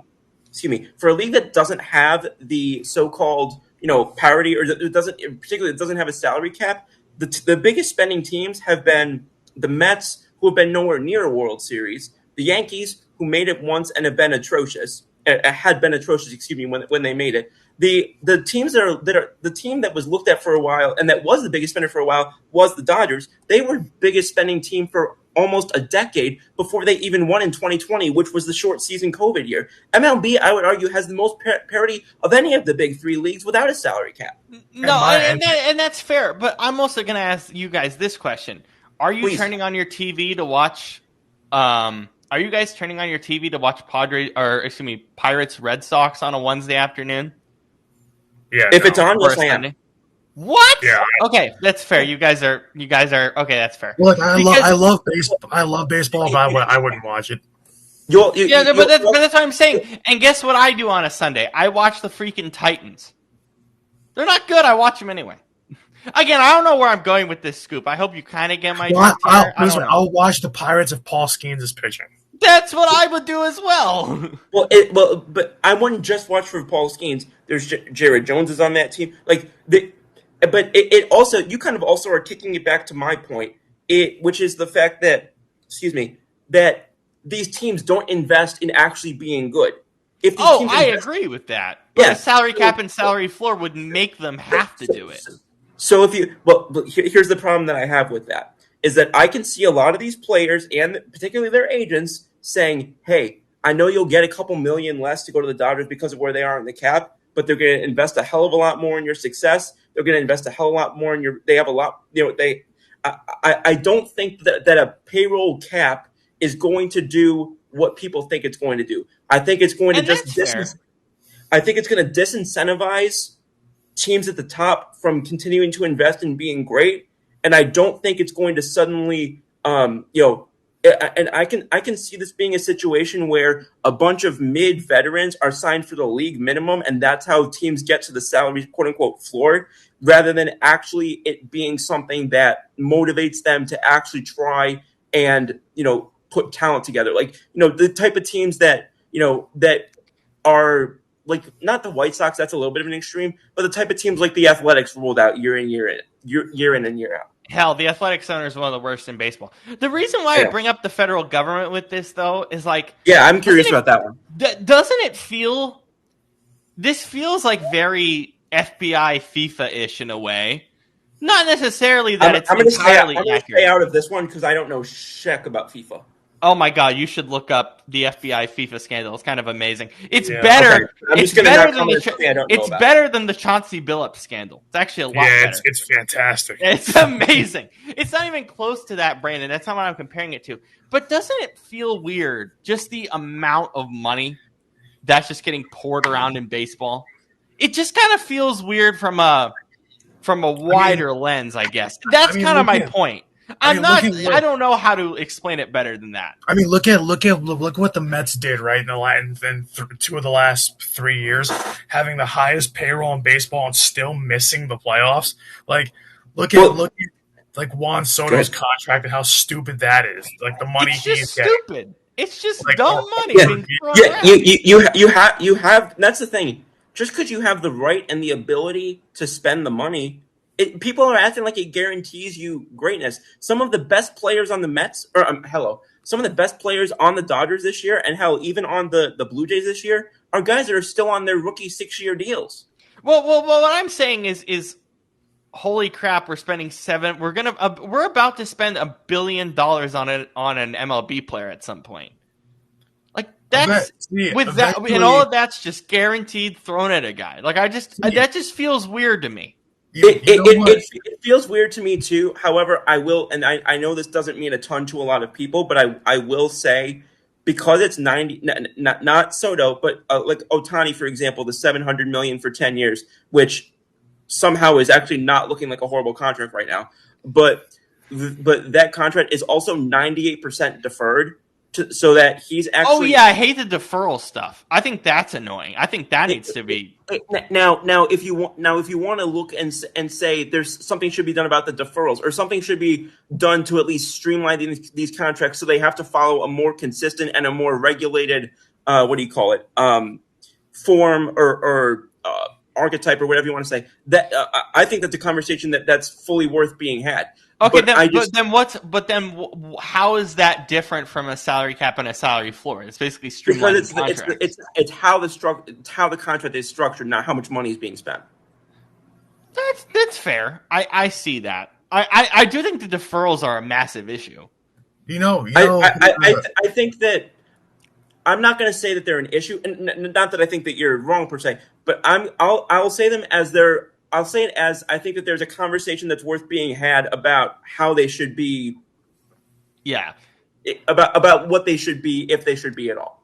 I'm not making the best comparison here because should the No, FBI you're be good. involved? You're Probably good. not because I don't think they're doing anything illegal. It just feels freaking illegal, even though it's not. You know who the biggest loser is in all this money talk when it comes to sports?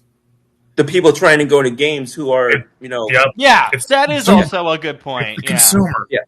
Like, yeah, and I don't disagree with that, but I also think that as long as fans are still going to the games in the ways that they are, that money is still going to be going somewhere. So in my vantage point, I would rather it go back into the team than anywhere else. I'm just like, I don't get how there's people out there that can afford to like ordinary people that can afford at this point to like NBA games are still cheap, depending if you sit up high. Baseball games Depends on the team. How cheap are Nets tickets right now, Brandon? Oh my god, I could go for free if I wanted to. Yeah, I'm gonna search this. I went to Nets. I went to Nets Heat the day that Dwayne Wade retired in whatever the hell Barclays Center. I don't know why that took a second. Yeah, it's fine. And I had pretty solid seats, and they weren't all that expensive. Like it depends on the team, but it's like and the league. I would say that's why. Did you guys see how much Memphis Grizzlies opening night tickets were? The cheapest? No, I do not give a shit about the Grizzlies. Yeah, they were $6. Oh my god! Like you see, so apparently I'm not the only one who doesn't give a shit about them. Go on. This is the one thing I hate about being in a major market area, because if I want to go to Eagles games, even before the Eagles won their Super Bowls, tickets were still pretty bad. Oh my god! Like Eagles. I told you guys with that. Not even a story, but I tried to go to Eagles Patriots. It was like week 13 one year, and this was before I'm pretty sure before the Eagles won their Super Bowl. It was cheaper for me to go and sit first base side in the ALDS for the Yankees than it was to go to that game midseason. Wait, Yankees Hawks Nets Hawks at Barclays Center on Wednesday. The cheapest ticket is $76. It's still go watch the Nets. That's why it's still early in the season. Give it like 3 weeks, and those things would be $7, not $70. and I also wouldn't be surprised if that drops the closer we get to that game next week. Yeah, but that's the biggest problem I just have with sports is that it's like the teams like the consumer loses either way. The consumer loses. Because if they want to watch their teams on TV, you have all these streaming services and all these TV deals and all this stuff like that that's going to screw the consumer from watching it on TV. If they want to go to a game in person, the tickets might be cheap, but then to pay gas, tolls, whatever to get over there, food, and all that stuff, it's worth more than the price of the actual goddamn ticket. And then you have Adam Madoff Silver up there, who's basically saying, "Oh, it's become a streaming, or I'm sorry, it's become a highlight driven league." Fans will just watch the highlights. That might be the most arrogant fucking thing I've ever heard. So it's like the everything, like for the consumer, it's like a lose-lose. It's not even a lose-lose. It's a lose-lose-lose. You lose by watching the games on TV because you're paying for all these streaming services that are going to end up being exorbitant prices. So you're going to end up just screwing yourself. Everybody's like, I'd rather watch it on TV than go to the game. And then, okay, so then you're getting screwed in terms of TV packages and in terms of all the stuff you have to watch just to watch a damn game these days, whether it's Amazon, Hulu, Netflix, HBO Max. It's all trash. Peacock. Yeah, Peacock. So you're getting beat over the head with subscriptions, and then cable is so damn expensive. So it's like either way you're losing, even as a consumer watching from your own couch. That's one way you're losing. Second way you're losing, you go to the games, you pay for gas, you pay for tolls, you pay for the food. By the time you even sit down for the game, that what you just paid in that alone is about, I would say, 20 times more than the cheapest ticket you could buy. And look, bus transit services help, but not by much. And even so, you still have to pay for the bus. And then the thing is, if you constantly travel by bus, eventually it adds up. And then, would you really go to a game after you have to do all that to go to the game for $6-7 tickets, knowing that team is absolute goddamn dog shit? Would you actually go to the game for that? That's the thing, and especially for like out of town, fans who sometimes there are fans that'll save up for months to go and see their team play one game, and it's Their star isn't playing. What?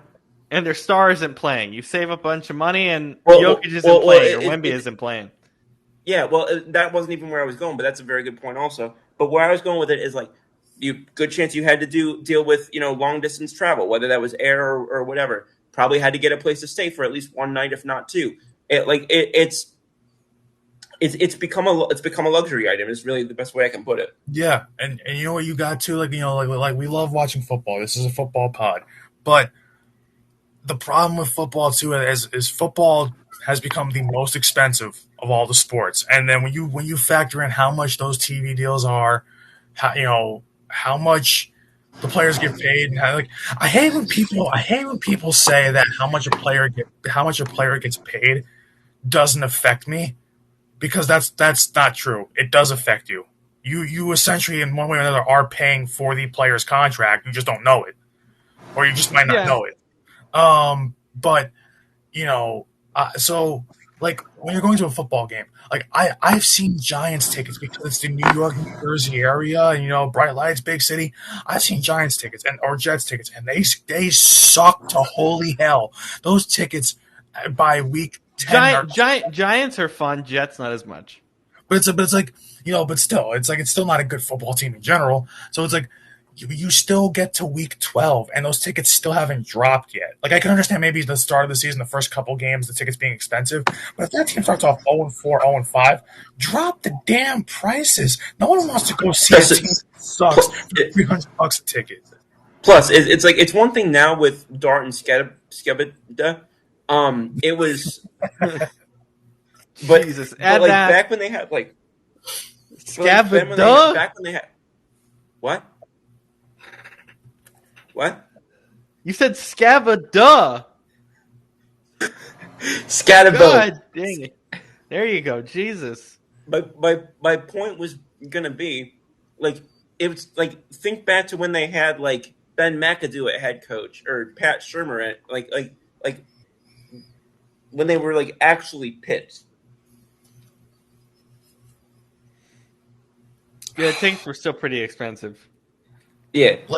Like it's really upsetting that we get to a point where no matter which way you slice it, us as the consumers, we get screwed. That's why honestly, I have no problem streaming the games off of a third-party service for free. And maybe being, 15 seconds behind the play. I have no problem. Yeah, I love how it was so important for them to crack down on Stream East. Yeah, but the good thing is having my streaming box, I can still watch the games. It might not be perfect, but I can still watch the games and not have to get. By the way, I think your streaming box is legal. I think if you do the research, it actually is legal. Yeah, I'm not It's sure. better if we're talking about it on a public podcast. The thing is, you pay for it once, you set it all up, and you get everything you want in that box afterwards from that point on for free. So I don't have to listen. We pay for Prime because Prime we do order stuff off of Prime, so I can still watch the Prime games on my TV in real time. But or same thing with like HBO Max. I love HBO Max because I love watching movies on there, so I do pay for that. But that's not that expensive. I pay for the year-long subscription for HBO Max, so it's not. It's a little bit of money. It's $170 a year, but I get everything I want on it. And I can go to it anytime I want to, and still be able to watch hockey on there because TNT. So I can watch the games on there. So it's like I get a little bit of something, but it's like I don't want Netflix. I hate that stuff. I don't want Peacock. Peacock sucks. But it's like all those games that are on Netflix or Peacock, I can actually get it on my streaming box for free. So even though I'm paying for maybe one or two subscriptions, I'm not paying for all of them like a lot of people are. I still have ways around it to where I'm still saving a little bit of money. So, yeah. But like most people are either paying for all those streaming services to watch all their sports, or they're still paying for cable and getting beaten over the head by cable prices. So it doesn't matter if you go to the game or if you're streaming it or whatever, what have you, you're getting beaten over the head as a consumer. So it's ultimately we're the ones. You know how we also get beaten over the head with cable is what is it? Is TV network disputes.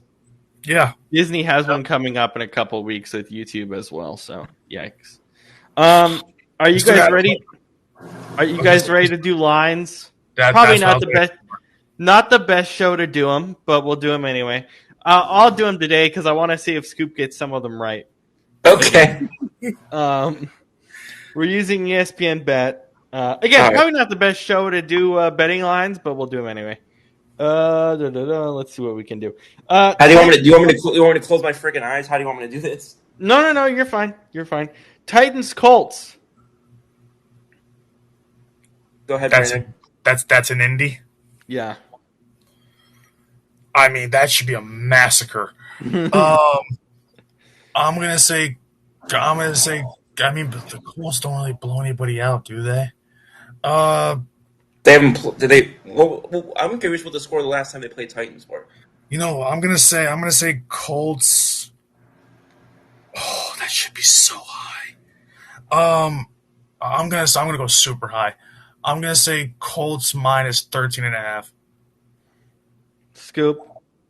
I'll say Colts minus 8.5. 14.5 Indy. Oh, you were close. Niners Texans. That's a big one. That should be a big one. That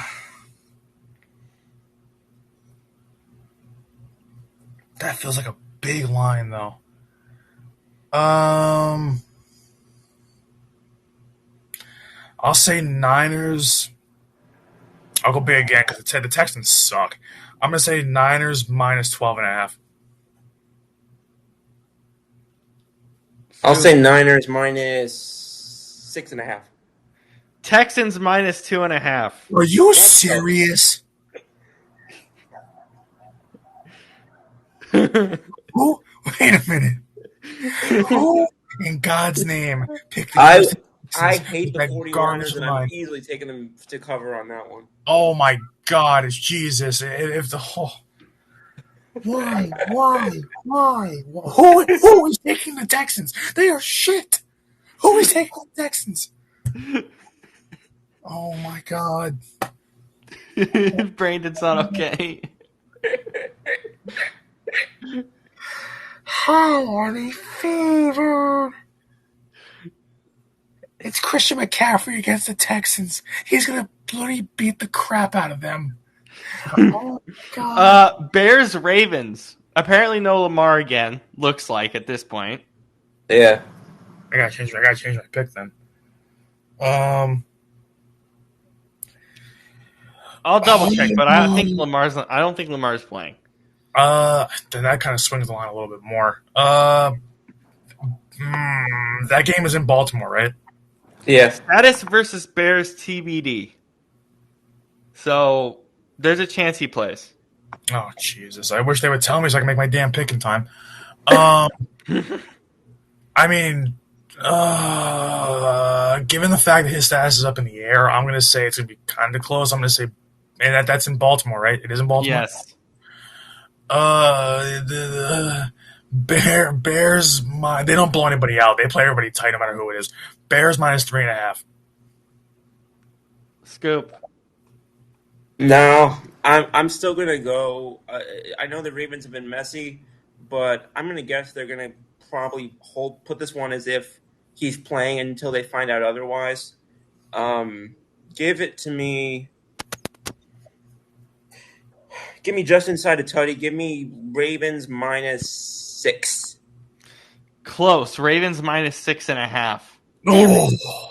Very close. Do you guys know the Eagles spread or Yeah, not? I do. Okay. No. All right, Scoop, you can guess it then. I can guess the Eagles spread. Yeah, Okay. I know it so. Because I heard it before we came on today. I heard them talk about it in passing, so I heard it. About our passing game? No, I heard it in passing. I heard like them talk about the line. Okay. So I know the line. So this is on you. Okay. Eagles minus. What? This is in Philly, right? Yes. I couldn't remember. We got to put the hurt on them, pun entirely intended. So, I'll say Eagles minus. I'm not gonna do a round number again. That just screwed me. So I'll go Eagles minus 7.5. That's correct. That's what it Yep. is. Yeah, that's Yep. impressive. Commanders Chiefs Monday night.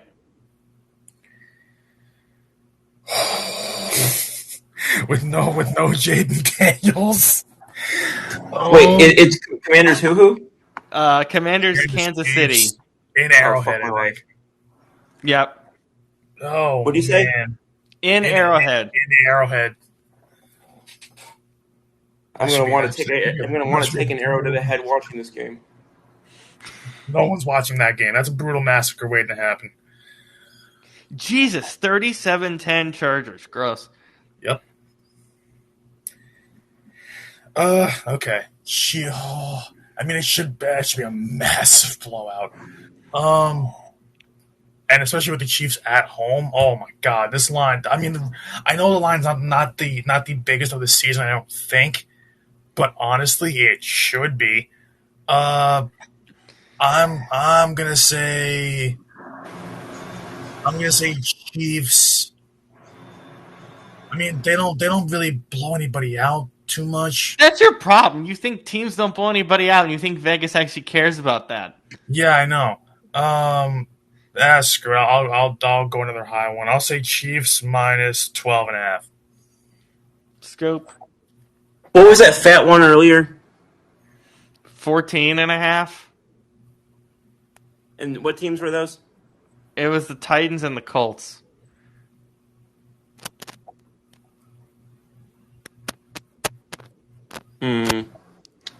Since the Colts have been more impressive so far, so I'll go just inside of that. Give me Chiefs minus 13. Chiefs minus 11.5. Oh.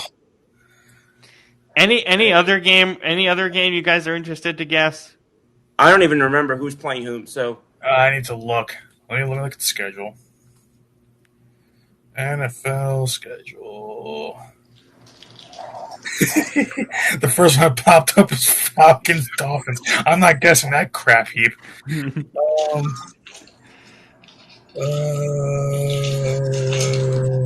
a good one. I saw Broncos Cowboys, so we're not doing that one. That's fine. That one kind of makes sense. I didn't see Packers Steelers. You want to do Packers Steelers? Yeah, Packers Steelers Sunday Night Football in Pittsburgh. Yeah, but Packers are they're slightly better. Man, that home field advantage does matter though. But Steelers defense is terrible. Packer, I mean, if sports bettors thought like me, I'd be getting every line right. I will say it's close. I'm gonna say Packers minus 2.5. Okay, Scoop. Oh, that's too close for me. At least it should be. I'll go Packers minus 3.5. Packers minus 2.5. Brandon got it. Let's go. He finally got one. Brother. He finally got one. Juicy. Oh my God! It sucks because last year I was so good at this, and like this year is like the second one all year I've gotten right. Oh my God, what's happened to me?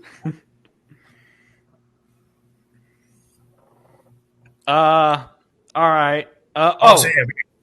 We gotta do pot cookies and game of the week. That's where I was going. Yeah, that's where I was going. I was thinking next Thursday is is that Halloween show next Thursday? Yeah. Yes. Halloween show's next Thursday, and it's Ravens Dolphins. So have a better Halloween costume than Ravens Dolphins, please. Oh, Lamar Jackson, please play. Lamar Jackson, please play. Please play. Please play. I don't want to watch Tua that can't find his receivers because he's too small, according to himself. To me, there's an obvious pot cookies game this week. You can't take the Jets until they win a game. Sorry. You're fine. You can't take the Jets until they win a football game, which may be never. I forgot about that. Oh, I've got Okay, an obvious. I have another one. Yeah. I mean, okay, who do you guys want to take? Go for it. Well, I've got two that are jumping out at me. Yeah, I think I've got two also, but one I'm gonna say for All right, go sure. ahead. Just so I know I didn't say it twice. Um, Listen, I know it's a great success story. I don't care about Jets Bengals. I don't care about Joe Flacco. I don't. You I can't take Jets Bengals. Oh yeah, We yeah. just said you We can't just take said you that. can't take it. I'm sorry, I'm tired. It should be We Jets can't Bengals. take it. It Should should be, be. but it's It not should, allowed. because you know why? I wasn't picking it for the Jets. I was picking it for the Bengals because I don't like Joe Flacco. I'm sorry, Shane. I don't like your goat. No. But again, the reason I why we know. can't do the Yes, Jets I is know. that I know. they would be the answer every week. So Yeah, I know. Yeah. So my other choice, I think, is pretty simple. For me, it's Dolphins Falcons. Dolphins Falcons is absolutely terrible to me. I mean, Tua has mush going on both in his mouth and in his brain. I'm so sad for Kevin Harlan. He's calling that game on Sunday. Oh man, like just the Dolphins obviously no Tyreek Hill. He didn't want to be there anyway. Jalen Waddle is pretty much going to be on his way out at some point. Mike McDaniel can't form a sentence without stuttering 37 times. Uh, uh, By the but way, we got the counter. He stuttered 17 times. oh my god, and just the Falcons are so up and down. I don't know which version of them we're going to get. And if we get a crappy Falcons team against the Dolphins, that could be like a 9-6 final score.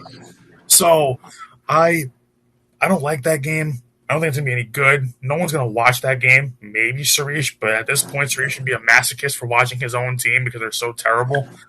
Um, so yeah, it's Dolphins Falcons, and guess what?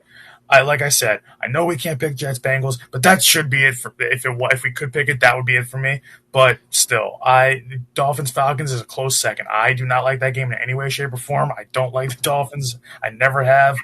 And the Falcons to me just never impressed me. I don't care how good that defense is. I don't care how good Bijan Robinson is. When the Dolphins suck that bad, that game could just be either a massive blowout for the Falcons and we learn nothing about them, or it could be a close game because they play like crap. It seems like every other week. So I do not care about that game one bit. Tell me how you really feel, Brennan. Yep. All right, go ahead. Where did this human go? Oh, hello. Yeah, I didn't know where the hell you were. I lost connection for a moment. The Ravens got all their toys taken out of their locker room. No video games. No. Yeah, I saw that. Here. That's why I said we can rule out Kyler going there. And then here's Woody Johnson talking about his quarterback.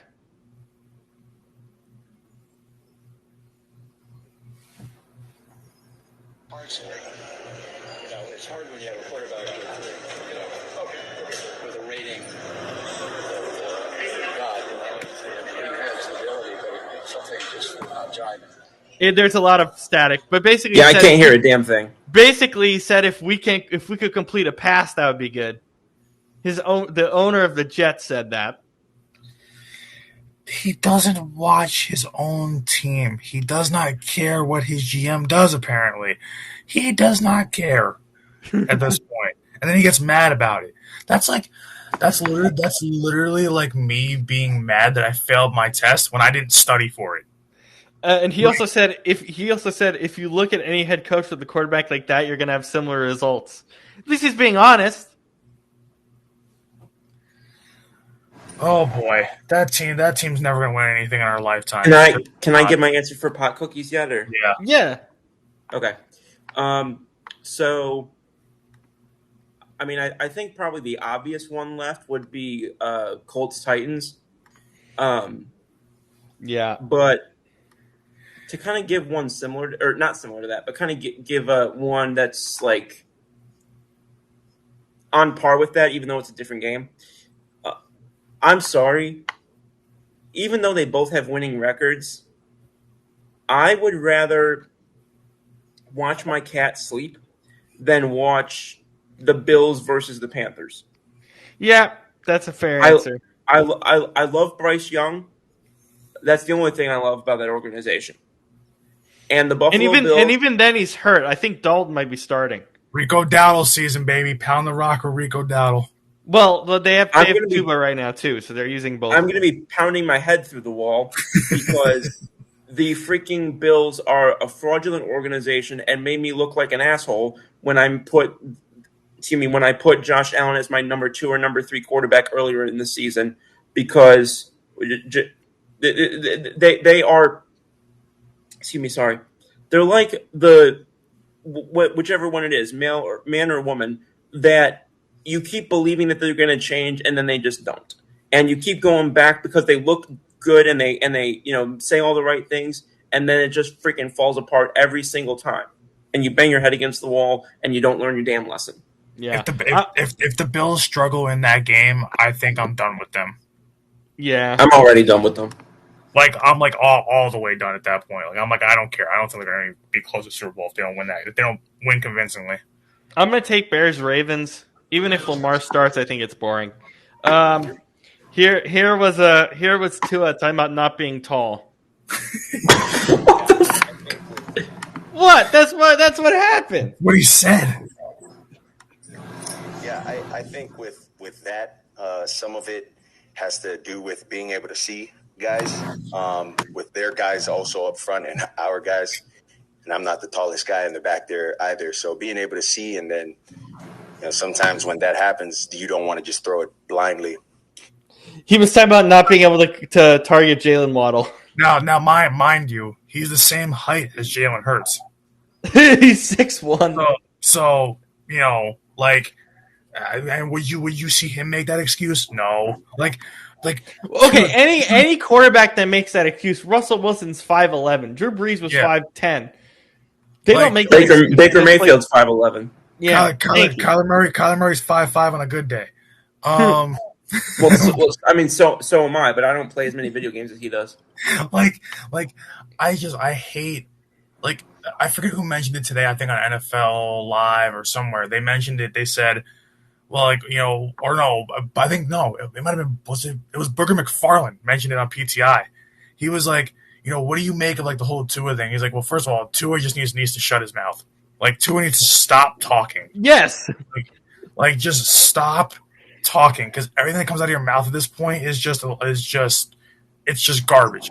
Like, it's like you are not doing yourself any favors, you're not doing your team any favors, you're not doing your teammates any favors, you're not doing the franchise or the league any favors by you constantly opening your mouth and just having crap fly out of it. So, like, and it's funny because Tua was never really like that. And I mean, no. And he came from the Nick Saban, school of hard knocks pretty much down in Alabama. And media. Don't say shit. Yeah. Oh my God, sorry. It's making me seriously wonder if it's getting to him. I'll put it that way. Yeah. Yeah. I feel like it has to be, right? Like yeah. We said last year, after what he went through last year, we said maybe he shouldn't play football again. It's like, no, it's like someone needs to save him from himself, and we've said this before. Yeah. And it seems like now it really is becoming a problem, because these are things that he never said before. These are things he's never kind of acted this way before. So, like, yeah, it's just a problem when you have, a quarterback that's not known for being this way, all of a sudden being this way. Like, but then, like, it could just be him just being straight up irritated. But then, he's. I feel like it's more than that. Yeah, but he's also kind of like the way he said that too is kind of came off as lighthearted. It's like, would you be lighthearted when your team is that trash? When they're 1-6? Like, Yeah. So I'm like, it's not making sense. I don't think it's all there. Like, I don't know. I hope that something good can come out of all this, but like at this point, I mean, if you're Tua, or if you're the Dolphins, or if you're looking at even us looking at his career from the outside, looking in at it, like, where does he go from here? He can't be their starter next year, can he? No. I Well, don't so think I don't think he starts for any of the 32 NFL teams next year. is he a Actually, backup? no, I don't think he plays. I don't Like, think like, any team takes a shot at him. is he, like, honestly, are we gonna be seeing Tua retire early just because of all the mess he's gone through? I think My apologies. I was just looking to the video just came on as I was looking to figure out what game I want to pick for game of the week. But I also wanted to look at what is Tua's contract right now. Is it still under contract for a while? didn't he get an extension? I thought he did. For his sake, I hope for honestly for everybody involved in that whole mess, I hope he's not. He has a potential buyout in 2027. Oh So my in 2 years. god! So he's gonna be. Oh my god! Well, post 2026, so like one more year after this. So he's gonna be their starter next year. He kind of has to be. Oh man! I mean, when it's this bad, you already know Tyreek Hill's not coming back. You know Waddle's not coming back. So what's Tua gonna have to throw to? A bunch of fourth stringers? I And have that, no idea about Waddle, but yeah, definitely, I mean, Hill. Waddle's been floating around in trade rumors since last year. So, oh my goodness. Yeah. All right. For game of the week, can I take a surprise one? Yeah. I can't believe I'm doing this. Cowboys Broncos. I'm fascinated. Could that be a low scoring game? Could it be 45-40? I have no idea.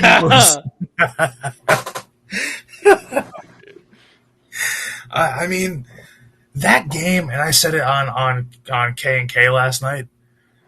That game could be good if the Broncos decide they actually want to play offense for 3 more quarters outside of just the last one. Excuse me, if Sean Payton can actually call plays. Yeah. But you know what? I don't hate that. I think that's fun. Yeah. I can't believe I'm taking a Cowboys game. Looking at the schedule though, I literally am tempted to agree with you because I really don't see anything else I like. I mean, the best matchup should be Packers Steelers. But we can't take it. Exactly, we can't take it. So that's why when I'm looking at this, I'm like, yeah, I'm kind of thinking that you're right Because I don't know what the hell is going to happen. I just know it's going to be fun or stupid either way. and I'm not going to take. I could take our game, but you're more scared about it than you think it's going to be fun.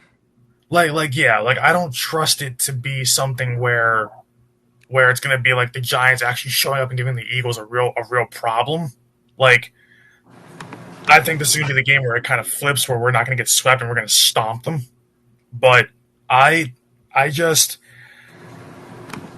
think, yeah, I'm pretty sure that that's my game of the week too. Because I mean, Dallas can score at will, and the Broncos, when they actually decide they want to play football, can score at will.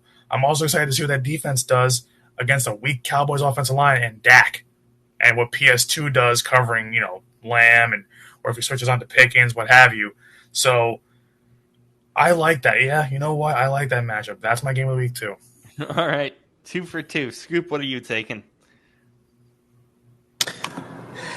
Okay, so for game of the week, I'm looking, and Foyf. How do you think we feel every week doing this segment? Foyf. Righty.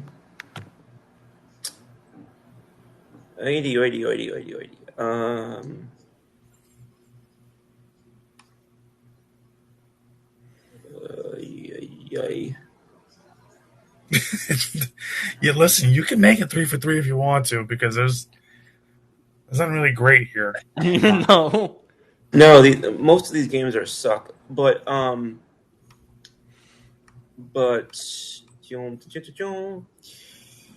also lining up some good post-credit scenes, more fun stuff. thank flip. But I'll go. I'll go 49ers Texans only because it's the only game to me that I'm looking at that I think has no chance of ending in an absolute massacre. Every other game I look at, and I can see one team or the other completely just annihilating. That team or that game, I don't see any chance of either one pulling away that aggressively. Okay. I'm literally looking. I'm looking at every other game that isn't a primetime game, and I can see the argument like Chicago, Baltimore. If Lamar plays, that's dead. If excuse me, um, we can't play. We can't pick Jets Bengals. Why Although would you? I was just gonna say, although for game of the week, no. You know, Cleveland, New England. I like Cleveland's defense, but I still think New England is playing too well right now. Philly Giants. I think Philly's going to be super motivated to stick it in their mouth. That sounded really bad, but Wow. Jesus. I bet I bet sock them in the mouth. Anyway, you get my point. Every other game looks like one team or the other could absolutely just completely kill them. Yeah. All right. Post-credit scenes, I got like 3 or 4 amazing things. Check out our Instagram chat for all of them so that you guys All can right, let me take a Gandanander. Brandon, if you want to read the first one, go ahead. Oh boy. Yeah, this should be fun.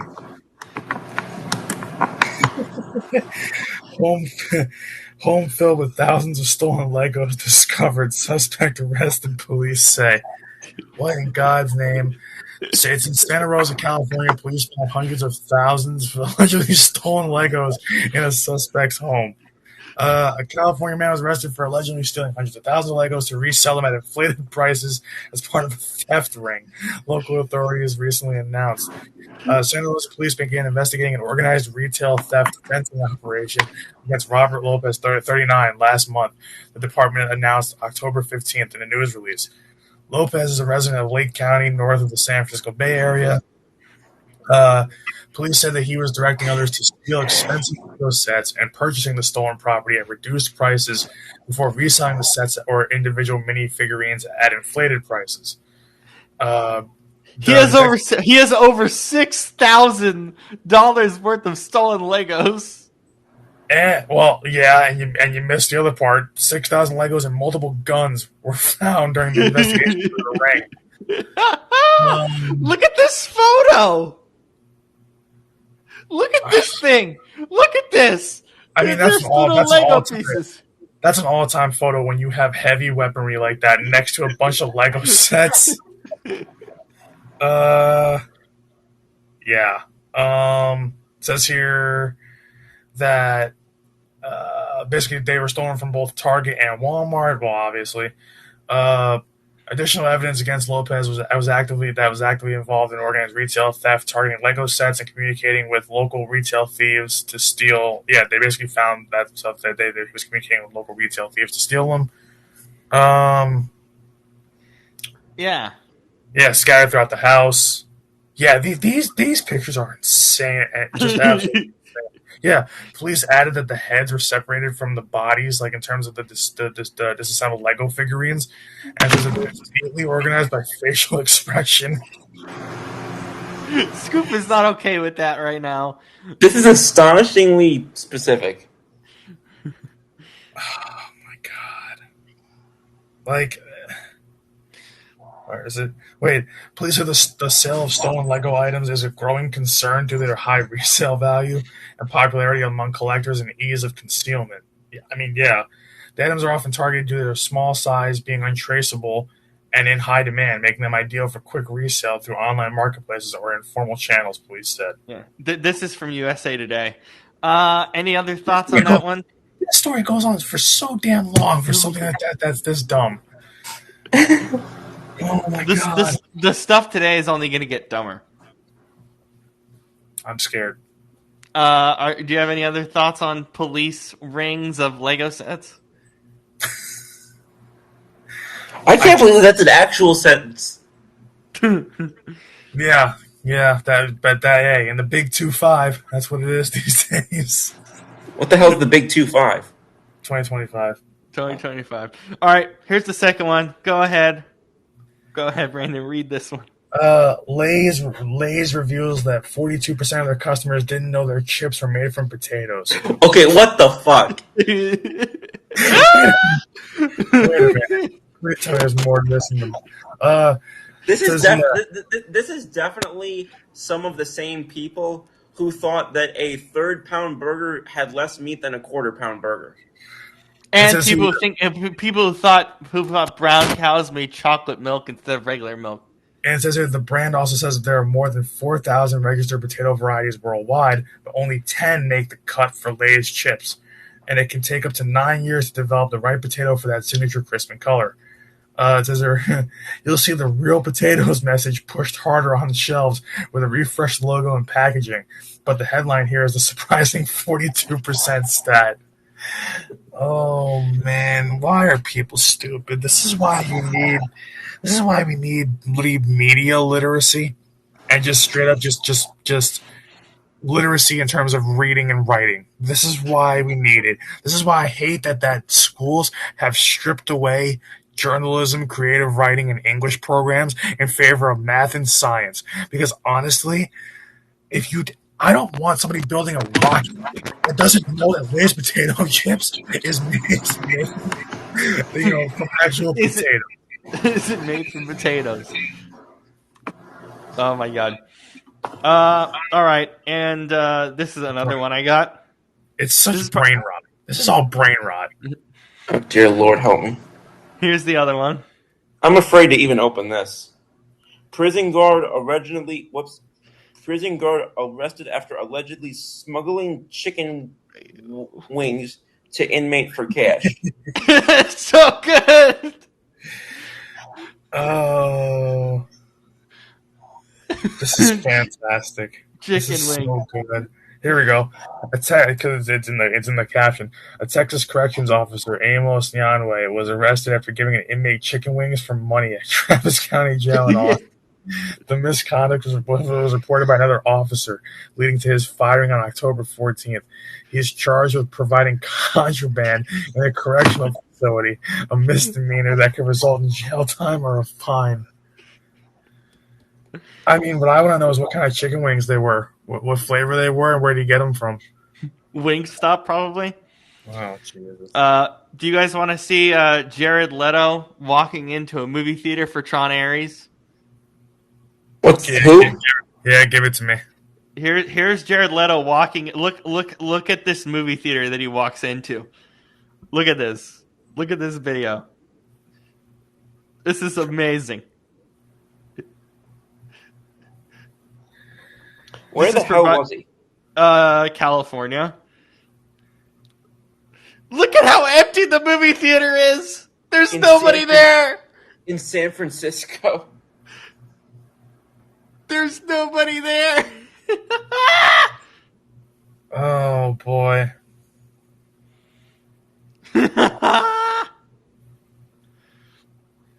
See, Jared Leto, the musician, I like. Jared Leto, the actor, sucks. Like he has certain things that's like a couple movies that are good, but most of his movies are awful. Yeah. Like I said, I know him as a musician. So I know him as the Joker, so. And Morbius. Oh man, I miss old Jared Leto when we had a mohawk and had emo hair and like 30 Seconds to Mars. I miss that version of Jared Leto when he was actually good. God, man. The theater's just empty. Anything on all this, Scoop? I mean, I don't really know anything about Jared Leto, so I don't have anything on that one. Do you have anything on chicken wings being put at a prison? I mean, hey, them birds gotta eat too.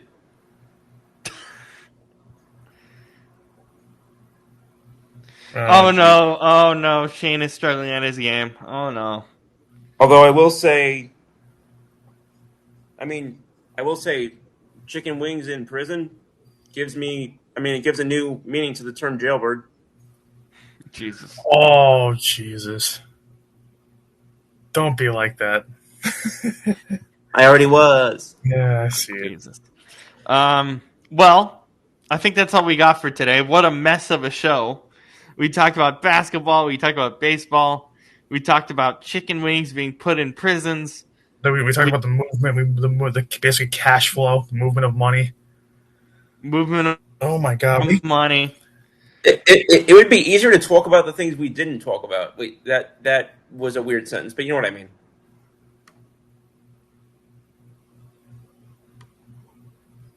What is TNF doing right now? What happened? TNF is literally having like a circus act lady do like a like her act like a unicycle lady kind of doing like a balancing act on a unicycle. Look at what look. I have one more post credit scene thing if you're interested. Florida woman claimed to be Eminem's wife to avoid playing. Looks more like his mom, to be honest. I mean, listen, I mean, he's not married. He was married. He hasn't been married in about 20 years almost. So that wouldn't work anyway. Second of all, Eminem's ex-wife does not look like that. She looks strung out, yeah, but she doesn't look like that. Oh my goodness. It does. Well, It does look ever so slightly like an old version of his, an old picture of his mom. It actually kind of does, yeah. when we get off today, we gotta show Scoop what happened with the FBI and FIFA because it's the greatest thing I've ever Oh, it's seen. the greatest thing ever. Yeah, please show me. Basically, there's one part of it where a guy got money under the table to get an apartment for his cat at Trump Tower, just for his cat. Hey Pringles, you want to move? Hey Pringles, you want to move? This act is actually scary. Oh my God. I'm enthralled by it, though. I'll tell you that. They keep giving her plates. How many more is she gonna stack on her head? I'm watching TNF. What is TNF Nightcap more entertaining than the actual football Oh game? my God, this is so fantastic. This is the greatest collection of people on a panel ever. It's Ryan Fitzpatrick, Blake Griffin, Steve Nash, Richard Sherman. Oh my God. Like, we have so many great people on this. We have Tony Gonzalez. We have Dirk Nowitzki. Like, this doesn't get any better than this. It's on Prime, baby. Jesus. Oh my God, I love this. I love right. this. And with that, for Scoop, for Brandon, for Robert, hope you enjoyed this silly show that was barely about football today, due to the game being absolutely awful. We'll see you on Sunday after Packers Steelers. Good night. Everybody. Peace, everyone.